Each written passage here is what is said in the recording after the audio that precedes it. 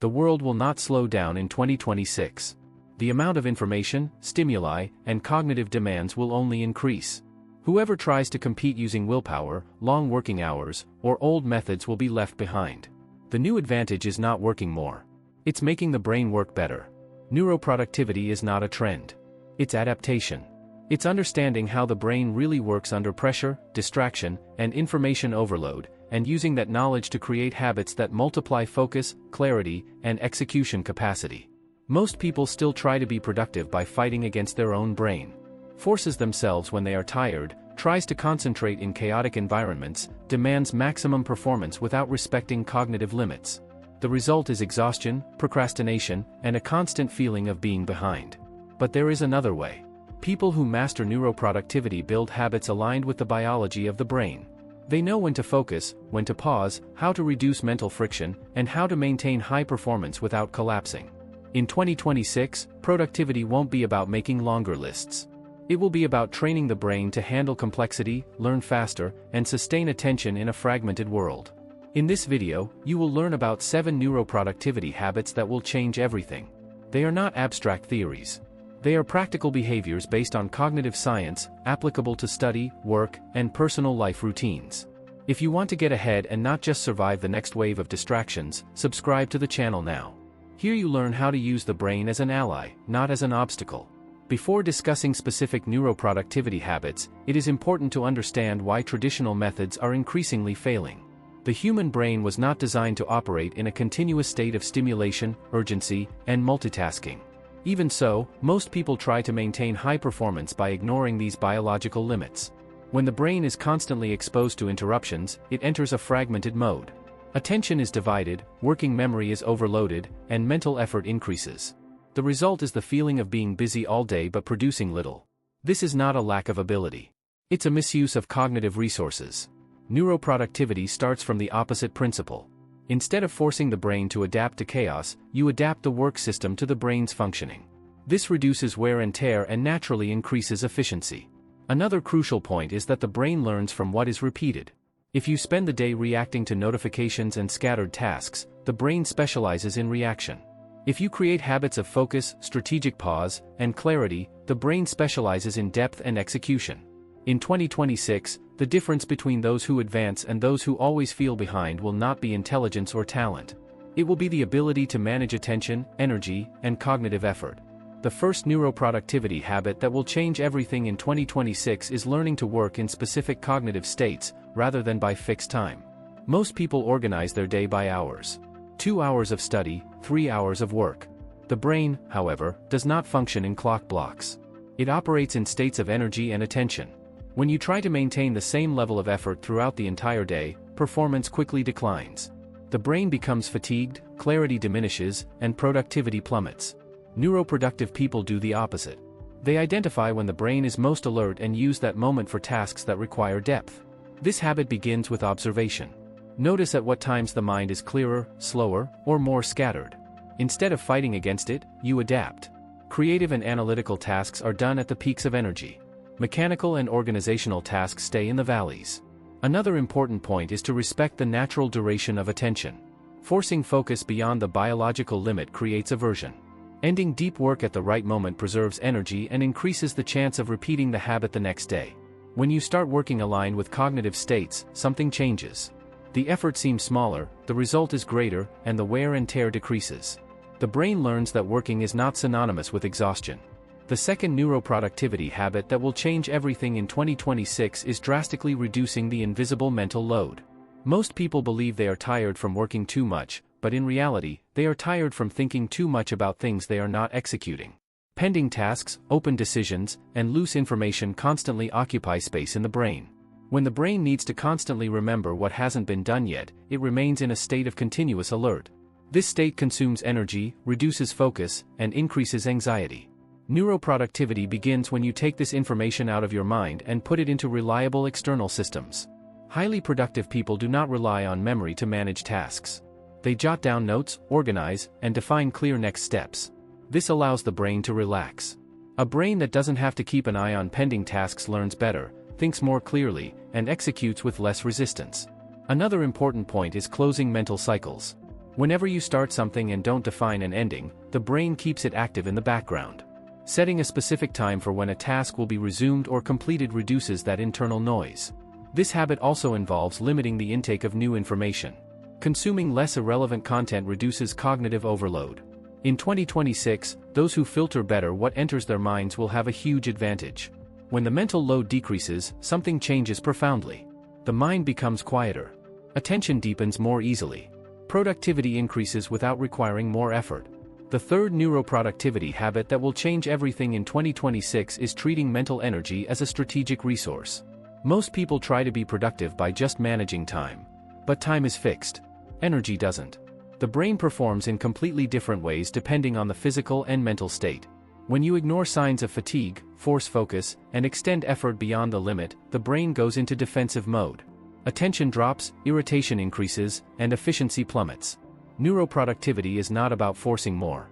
It's knowing when to move forward and when to recover. People who maintain high performance create intentional breaks. Not random breaks, but short moments of cognitive recovery. Get up, walk, breathe, change visual focus. These breaks restore attention and reduce the accumulation of mental stress.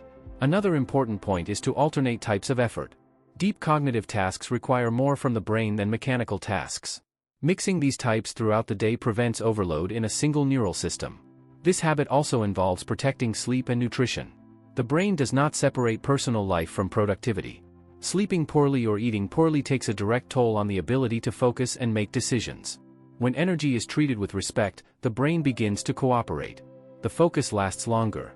The fatigue ceases to be constant. And productivity becomes sustainable. The fourth neuroproductivity habit that will change everything in 2026 is training the brain to enter deep focus on demand. In a world of constant stimuli, the ability to dive into a single task has become rare and extremely valuable. Most people wait for focus to appear. Neuroproductive people create the conditions for it to emerge. The brain responds to clear signals. When you repeat the same ritual before deep tasks, it learns to associate that pattern with concentration. It can be a fixed time, a specific location, or a simple sequence of actions. These triggers reduce the transition time between distraction and focus. Another essential point is to eliminate distractions before starting, not during. Each interruption activates alert circuits and breaks depth.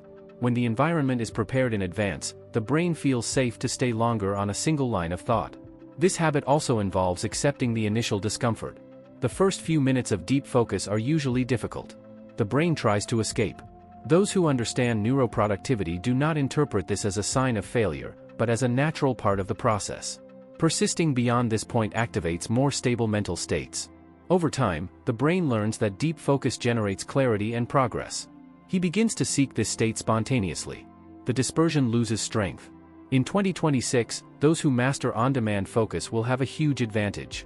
Not by working more hours, but by being able to extract more value from each block of attention.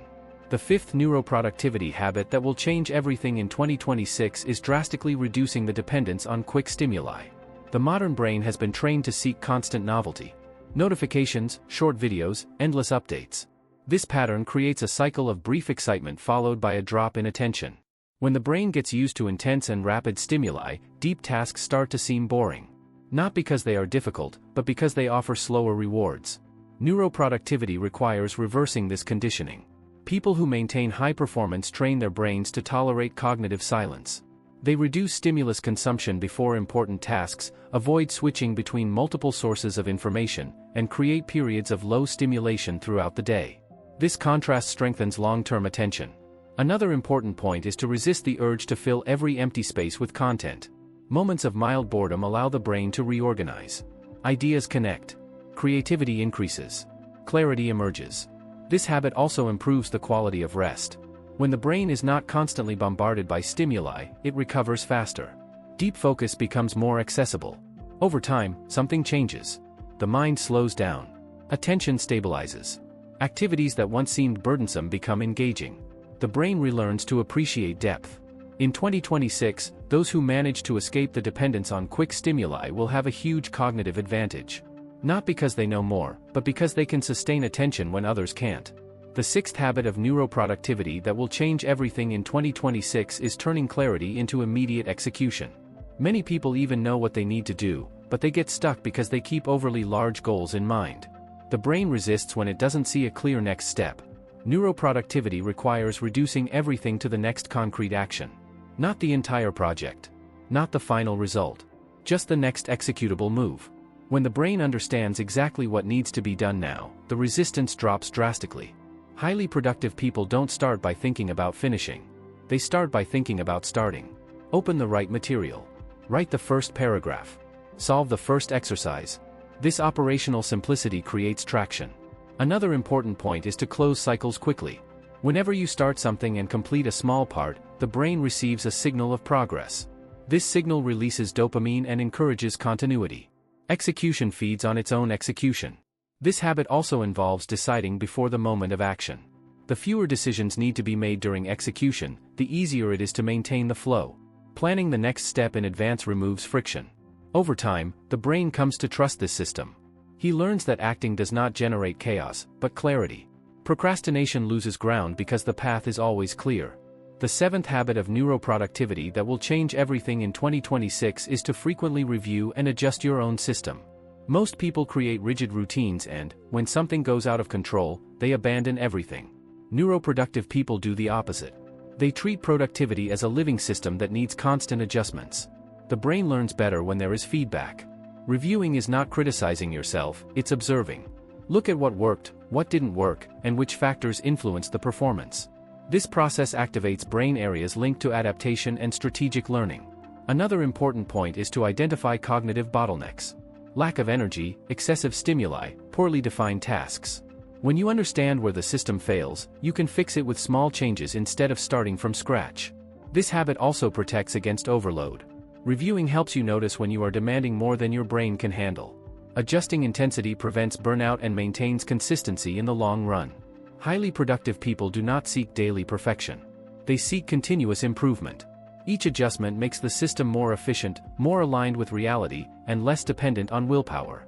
Over time, this practice creates cognitive maturity. You stop fighting against your brain and start working with it. Productivity stops being chaotic and becomes strategic.